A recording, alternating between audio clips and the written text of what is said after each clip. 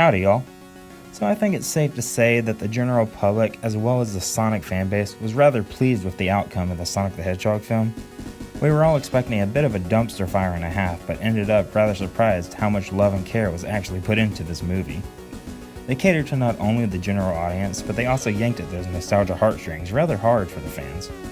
Now I do think they did a great job with all the little nods to the franchise, such as the Mania theme playing as Green Hill Zone was introduced, or how Sonic's bandana had the emblem design when he was nunchucking away in his cave. But I do believe they missed some prime chances to hit the nostalgia bones harder than they did. So I just thought I'd make a video to list off some ideas I had for references the Sonic movie really threw the chance away at doing. While I do think a lot of these could be used for a sequel, because we all know based off the insane box office sales, there will be a sequel. I think they should have hit harder the first time around just to really get the Sonic fans rambling about the film. Speaking of the sequel, I'm also going to talk about what could possibly happen in the sequel. So fair warning, this video will contain spoilers, so if you care about that kind of thing, then see the movie first, then come back here, so you can see what I got to say. Starting off simple, when Sonic was introducing his life on Earth and how he enjoys his cave, he was jamming out on an inflatable guitar, and it just hurt my obscure cartoon-loving heart that they had the perfect chance to reference Sonic Underground by giving him his original guitar from the show. I know that's a rather divisive cartoon among fans, but I don't really care. I love it. Sonic's cave had a bunch of junk lying about it, like any teen's bedroom would, so they could have alluded to another more like Sonic cartoon by having some scratch and grounder toys just among the junk in the background. They did get the voice actor for Grounder and Dr. Robotnik in Sonic Underground when the military officials were meeting in the office after all. So it could be a 2-for-1 deal, getting fans of both cartoons excited for representation. Skipping to the scene where Sonic was stalking the town's residents and watching those kids play baseball, the players' uniforms could have been the same uniforms from that one Sonic X episode when Sonic and friends were playing against Eggman for a Chaos Emerald.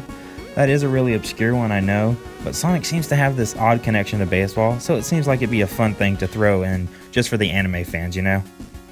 Later on, when Sonic and Tom are driving and end up outside the bar scene, they were playing some rock music. I felt like there they could have easily placed some instrumental Crush 40 in there.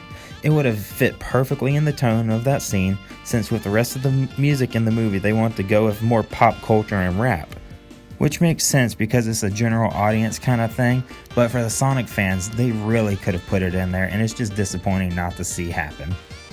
A huge thing I really wish they brought to this movie was mentioning all the previous voice actors of Sonic from cartoons to games. They could have all been in the bar scene, either talking to each other in their Sonic voices, or if they didn't want to be that upfront about it, they could have just been a part of the bar fight scene. Sonic could have even made a joke saying one of his classic lines from one of them, I don't know which one, but you can imagine. I'm aware this is probably not worth the effort for the studio to go through, but a man can dream at least.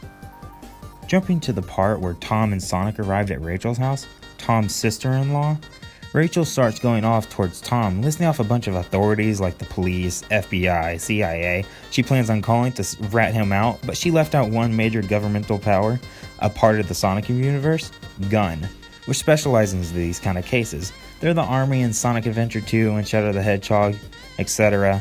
And they don't really play sides, they just do whatever benefits them best to protect the world. It would have been a fun nod to the adventure games, as well as further expanding the movie world a bit. Staying on that same scene, when Sonic wakes up from being knocked out by that explosion from Robotnik's little bomb bot, and Tom's niece gives him his new shoes, a neat mention towards the Sonic art community would be the girl showing Sonic a picture she drew of him, or maybe her OC, like him. I'm not too sure if this scene would feel out of place or not, but I think the artists and non-artists alike would get a kick out of that gag.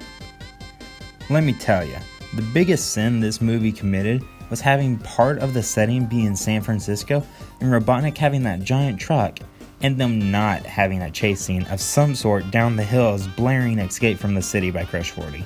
Like they can perfectly set the possibility up and not use it. Such a fantastic opportunity lost in the wind.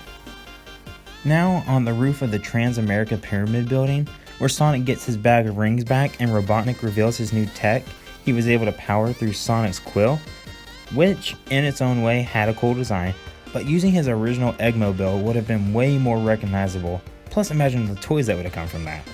But hey, they probably did that for the movie to have that more realistic feeling they so dearly wanted to hold on to when they were using the original Sonic design. Spin dashing right to the end of the movie, Tom and his wife Maddie tell Sonic to go back to his cave, which he reluctantly gets up to do, but Tom stops him at the door and says his cave is in the attic, which then we see all of Sonic's stuff and some new stuff is put up there. Among the new stuff was a red race car bed, which might have been a reference to Sonic Drift, but that's unlikely. They should have made it a bed like Sonic All-Star Racing's car, just to acknowledge the existence of the spin-off series. Now that's all the reference material I felt like could have been added to the first Sonic movie, just to give it a bit more oomph to it, and maybe somehow be worked into the upcoming sequel since it didn't make it the first time around. Moving on to the predictions for the second movie, they could go a million different ways, but I've come up with a few I think could really happen, or at least be a cool way for the story to go. It's more than likely the movie will start off further in time, hopefully a year at least, because Eggman said he'd be back before Christmas, giving us some time for the characters to have aged together and bond a little more. My first major plot idea might be a cliche, but I think if done right, it could have some really cute moments. Tom and Maddie could be having a baby, and Sonic is curious about it, but also worried because the baby will definitely take away the attention Sonic has been getting, sort of like how Sonic was jealous of Tom's dog, but more expanded upon that. Now Tails, he came through a ring portal for a reason. That reason is unknown, but I have some ideas. He could be looking for Sonic because he has a similar power shown in the end credits, so he recognized the energy burst that Sonic emitted after running around the baseball field that was picked up by one of his machines that noticed a similar energy signature to his. So Tails tracked down the world Sonic was located in. Now I see two ways this could play out. One, they already know each other from their world as kids, which I find very unlikely because on Sonic's bucket list he says he wants to make a real friend, so him and Tails must not have met yet, which could lead to my second theory, which is Tails is searching for Sonic because he is going to try and stop that kind of power being out among the worlds due to the danger. It can be. In other words, him and Sonic will be enemies at first, they'll fight it out for a little bit, but then something like Eggman coming back from the Mushroom World and Tails seeing Sonic protect the town from him will have Tails change his mind about Sonic. This is a rough idea of how one of my ideas could flow, but I have more that aren't connected to each other. Each theory is kind of reliant on themselves and not connected to one another, but if needed, they could be. At the beginning of the first movie, baby Sonic is being chased down by an Echidna tribe, and since Knuckles hasn't been introduced yet, he could start out as a villain, like a bounty hunter who goes across the universe to hunt his prey. The Echidna tribe knows about Knuckles' skill set, so they hire him to travel the known universe to capture Sonic, so they can use his powers for their benefit. This would create an interesting dynamic for Sonic to have to fight someone possibly stronger than him, but not as fast. Knuckles would also probably bring a bit more serious tone to the movie, making a fun contrast between the two characters' personalities. Since I brought up Eggman returning to Earth before Christmas, I think this has to take place around Christmas time, not only for story purposes, but it'll be a good business decision to release around Christmas, as long as they aren't competing against anything like Marvel or Star Wars films. The way Eggman makes his return will obviously be using that quill he used to power his machine, but I believe that quill is going to come into more use than just powering the Doctor's return.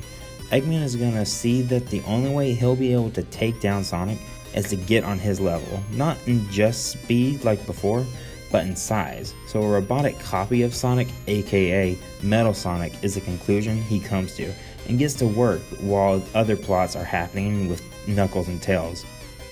Some smaller, more silly predictions, or should I say just things I'd like to see in the sequel, is some respect for the 2000s era Sonic. I get a lot of people started with Sonic in the 90s, but it's been 20 years since the 2000s, so a lot of people have grown up with Adventure Sonic as their childhood Sonic, myself included. So what needs to happen is some Crush 40 love thrown in there, or at least some adventure style music of any kind. Maybe during a montage scene of Tom and Sonic just having fun together at the beginning, they could go to a Crush 40 concert. That would be pretty funny. But if for some reason that wouldn't be possible, maybe a Bowling for Soup concert, since they did that song Endless Possibilities in Sonic Unleashed, even though that's even less likely. Eggman needs to be introduced with his I Am the Eggman theme from Sonic Adventure 2.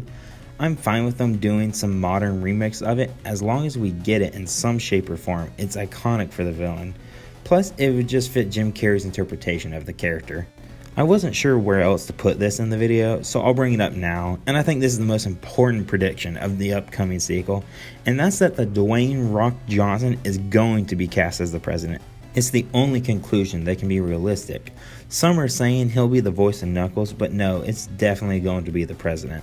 Sonic himself even asked in the first movie if The Rock was president yet, after whiffing the smelling salts.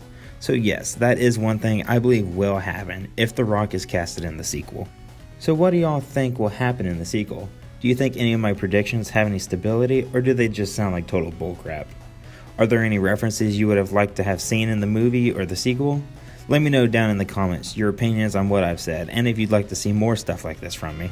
Remember to like, comment, subscribe, and hit that notification bell. It really helps me out and I appreciate it. Thanks for coming by.